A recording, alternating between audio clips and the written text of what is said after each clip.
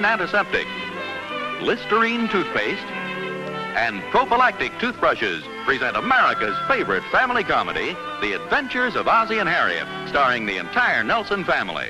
Here is Ozzie, who plays the part of Ozzie Nelson, and of course his lovely wife Harriet as Harriet Nelson. The older of the Nelson boys, David, appears as David Nelson, and his younger brother, the irrepressible Ricky, played by Ricky Nelson. The Nelsons' next-door neighbor, Thorny, is played by Don DeFore.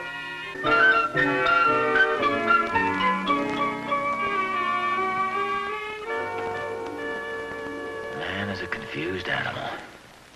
What did you say? Oh, I'm sorry, dear. I didn't notice you walk in. The book salesman finally go? Yes, he did. Very nice young fellow, too, Harriet. Very alert, very aware. Alert to what? To the dangers of our modern living. Man is a confused animal.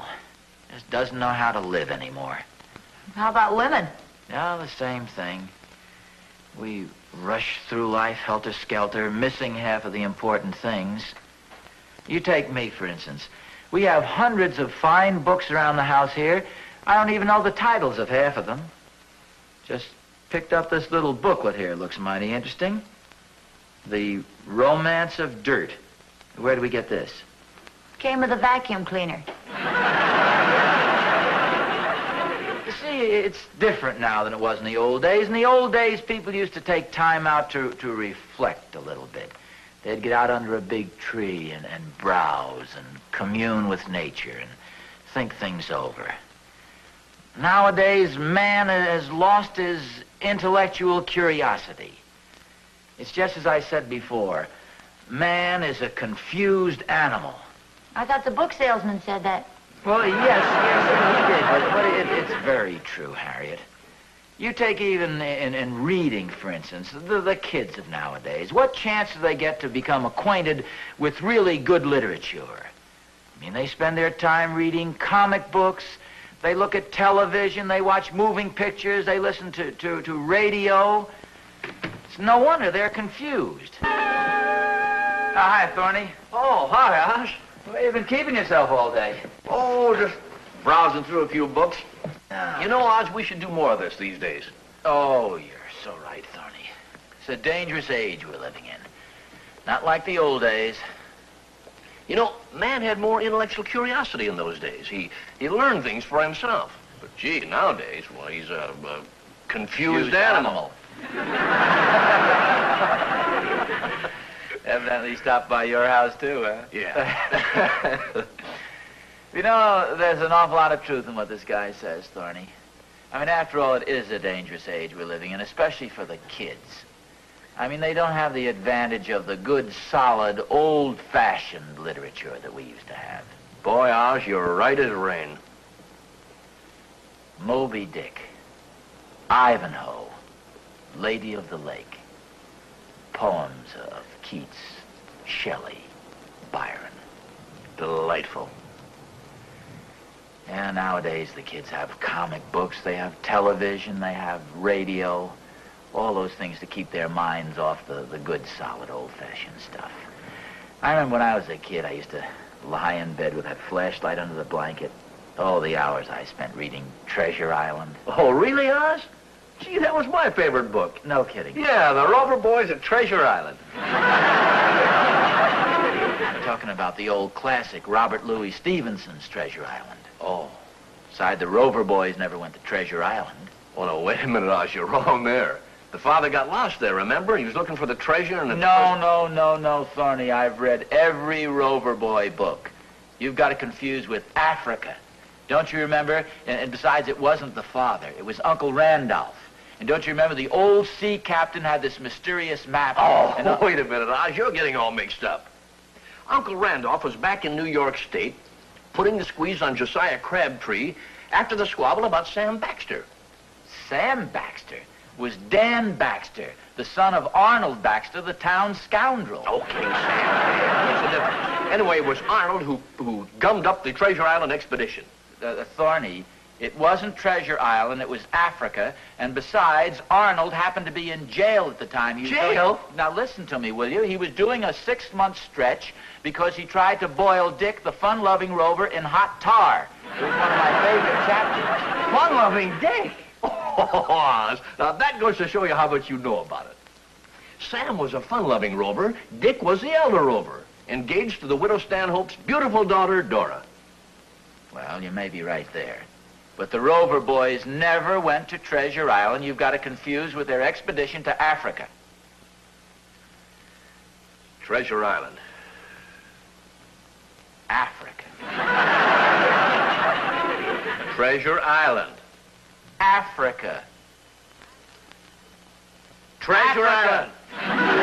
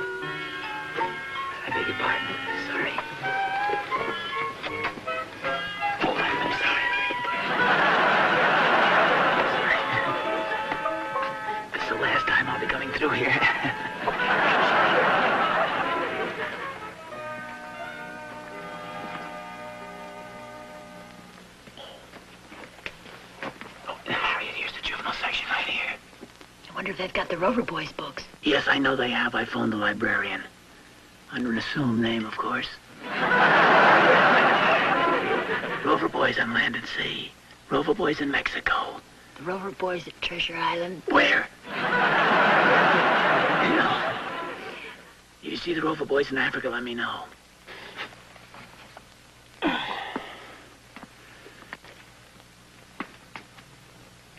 Gee. Stand on around here.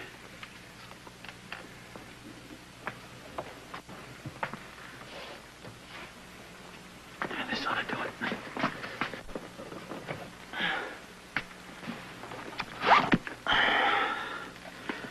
Oh, here it is.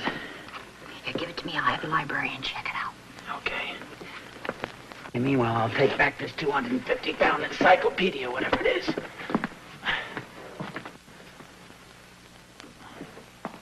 Hello there, Mr. Nelson. Oh, you're David's English teacher, aren't you, Miss? Yes, Miss Fraser. Mrs. Fraser, how are you? Very well, See you. thank you. Well, this is a pleasant surprise. Oh, it thanks. isn't often that we meet one of the fathers in the library. Well, I had sort of a literary discussion with my neighbor, Mr. Thornberry. About Sir Henry Parkinson? I beg your pardon? His history of the Peloponnesian Wars. The book you have there. No, not. Oh, you're just like all the others. Am I? You're a little bit ashamed of yourself, aren't you? Well, Well, now, why should you be?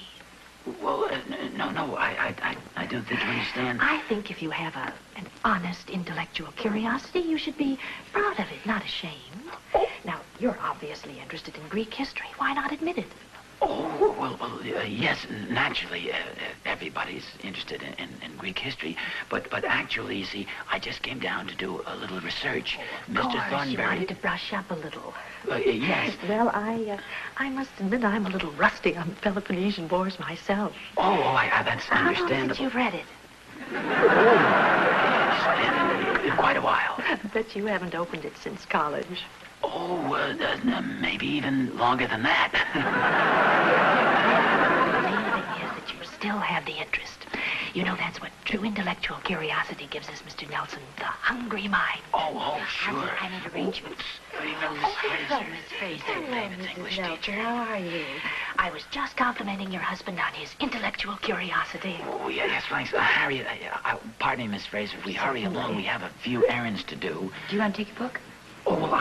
Yes, but this is the book mainly. I'd like to have this, the Peloponnesian Wars by Sir Henry Parkerhouse. Parkinson. Parkerhouse.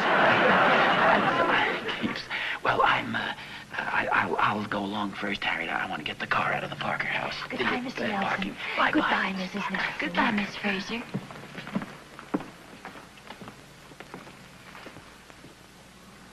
There's no doubt about it. Man is a confused animal.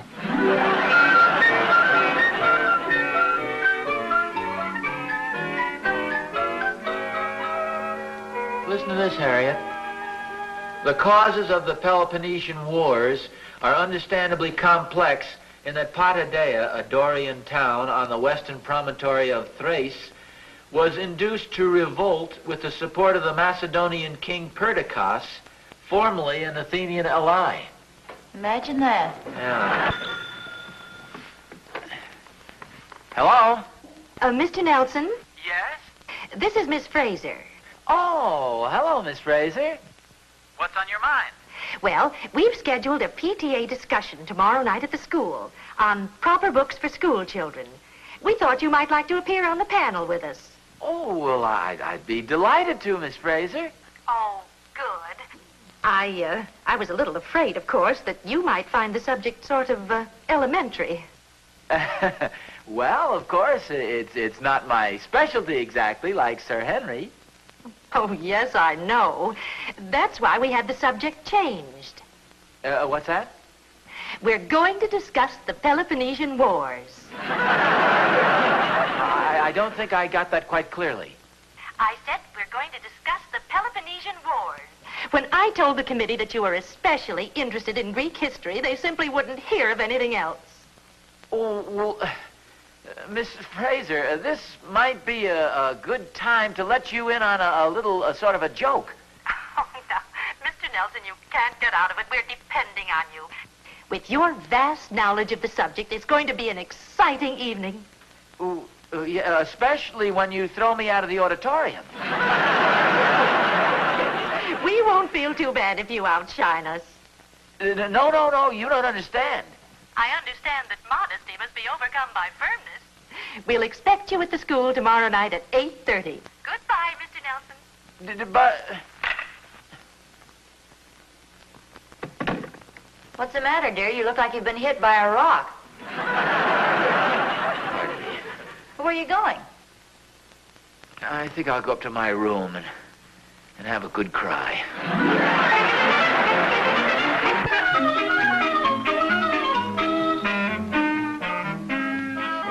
How you doing?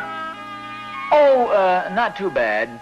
It goes a little slowly at first, but then after you get warmed up to it, it speeds right along. You know, it's funny, more people aren't interested in this sort of thing. What do you mean? Well, I noticed the last time this book was borrowed was December 10th, 1910. What page are you on? Page 8. Only page 8? Here, listen to this. Reads almost like modern fiction. After Herodotus had resided for some 7 or 8 years in Samos, events occurred in his native city which induced him to return thither.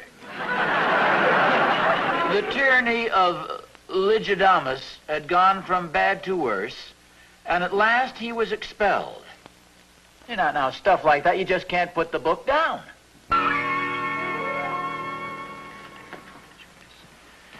How you doing? Pretty well, thanks. Oh, good. You're up to page 27 already. Yeah.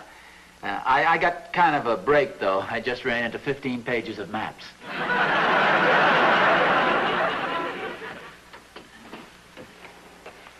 You!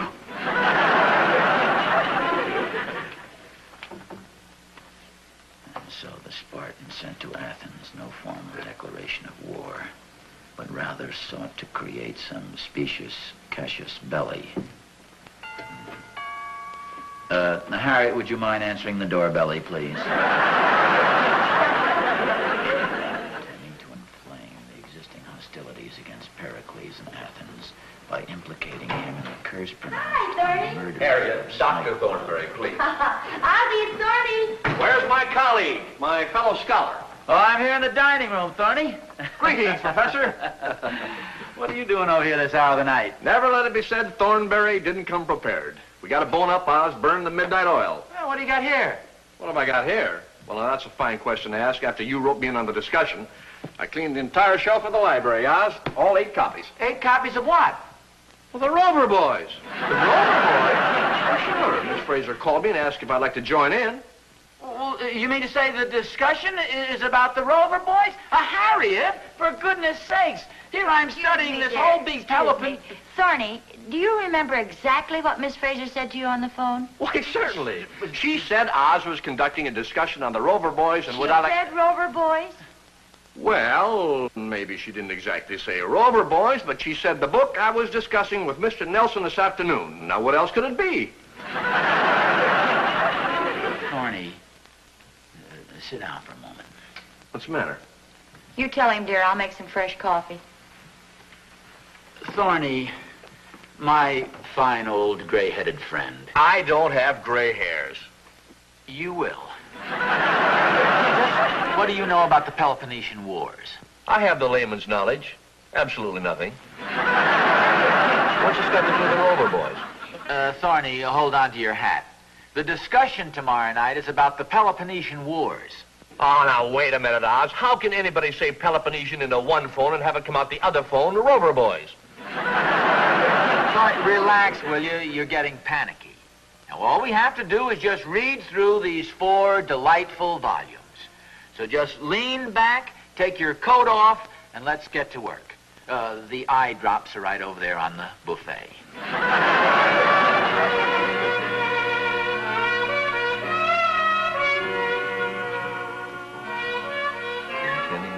Inflame the existing hostilities against Pericles in Athens by implicating him in the curse pronounced on the murders of Cyclone. What have you got on Callicratides?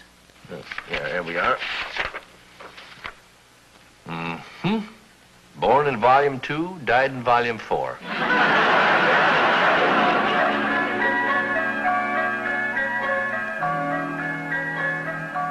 And took another road into the plains of Argus. Oz, that's absolutely right. How do you like that? How you doing, fellas? Oh, hiya, Harriet. Ask us anything reasonable about the Peloponnesian Wars and we'll give you an answer, just like that. Any reasonable question. Go ahead, ask us one. Okay, who won? That's not a reasonable question. No, wait a minute, Oz. You've got a good point there. We'd better look it up. They might hit us with that tomorrow night. Wait a minute. Would you two stand by for an important announcement? Such as what? Oh, Miss Fraser phoned. The discussion's been called off. What? Oh, what a disappointment. Oh. Think my postcard enough? I could talk you into going to the movies? Do you want to go to the movies, Thorny? Oh, now, look, Oz, think of what you're doing. If we left this room, we'd be deserters. Where's your intellectual curiosity? You don't want to go to the show? Why, of course not. I happen to love literature. I have no desire to go to the Bijou tonight. It's a very good picture, Thorny. I know, I've seen it. Look at all this wonderful reading material. You mean to tell me you can leave this? Think of all the adventure that lies between these covers. Harriet, Thorny is absolutely right. My intellectual curiosity and my thirst for good literature far surpasses my desire to go to the movies. Are you serious? Well, of course I am. Shall we begin? All righty. Here you are, Oz. Fine. Suppose you take the Rover Boys on Land and Sea, and I'll read the Rover Boys on Treasure Island?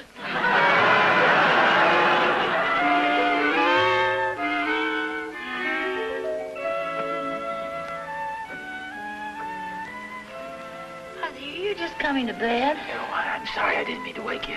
Go back to sleep, dear. What time is it? No, it's pretty late. Darn Thorny, I couldn't get him to go home. Oh, look at the clock. It's 4:45. Darn clock with a luminous face. Idea of reading the Rover boys until almost 5 in the morning. Well, it wasn't my fault. I wanted to quit at 4 o'clock, but Thorny's such a kid. Oh, we settled the argument as to which one is the fun-loving Rover. Well, please tell me so I can go to sleep with a clear mind. Well, see, Thorny said Sam, and I said Dick. And Thorny was wrong. It was Tom. Hello? Hi, Oz. Thorny, what do you want? Well, I'm having a little trouble. Will you put Harriet on? I want her to explain something to Catherine. Well, what's the matter? Well, I don't know, Oz. I keep telling her over and over, but somehow she just won't believe I was up all night with the Rover boys.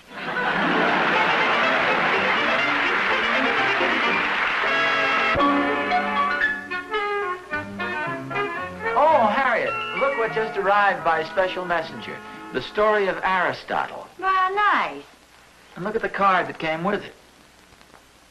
Wishing you a speedy recovery, Miss Fraser. Yeah, where'd she get the idea I was sick? I can't imagine. Well, another thing that I just happened to think of, I don't remember hearing the phone ring when she called last night. Did you hear any dialing? No? That's good. Now, wait a minute. Harriet, did you by any chance phone Miss Fraser last night and tell her I was sick? Well, I had to do something. Your intellectual curiosity wouldn't have let you stop with the Peloponnesian Wars. You'd have just gone on, and pretty soon you'd have been so smart I couldn't be happy with you. Just what do you mean by that? Oh, there's some things I like to do. If you grow any smarter than you already are, I won't be able to do those things. What kind of things? Oh, little things. Like making phone calls and not having you catch on until the next day.